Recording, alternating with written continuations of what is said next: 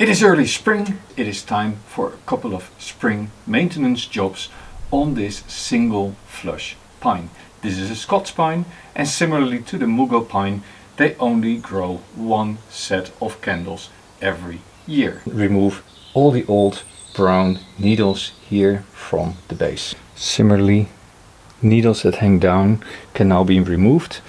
And if you haven't done this yet over winter, you can actually thin out the needles so that you're only left with 6 or so needle pairs for every single bud. Every place where you have more than 2 candles coming from one point, you remove everything that is superfluous. So here I can remove the middle candle. This is actually an old one. I'm going to take my scissors, I'm going to prune this one out and reduce this junction to 2.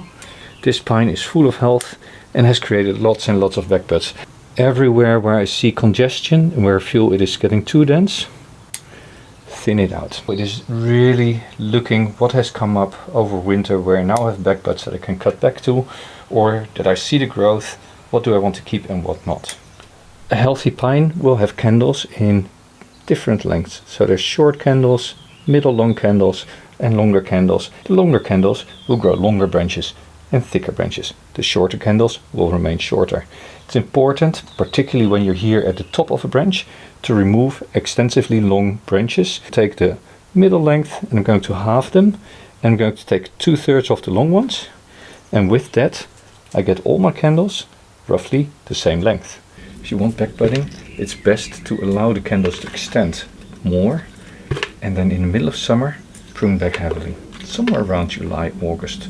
When the growth of the pines has finalized, the needles are getting their dark color, that's the time to really prune back long candles and trigger the back budding. In this case I have so many buds, I don't need back budding anymore here. The growth that I get here is all of the same size, the same strength, reducing competition and balancing growth throughout the tree. You do this work actually this time of year that I'm releasing this video.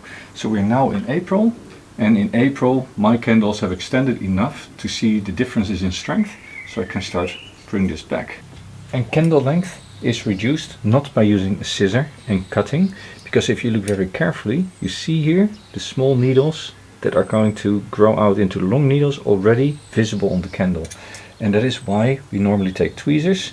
You just grab a hold of the candle and gently break it. Now this is of course not a difficult job, but with a big pine it does take an hour or maybe 2. Subscribe to my channel for more tips on how to grow better bonsai and what to do when throughout the growing season.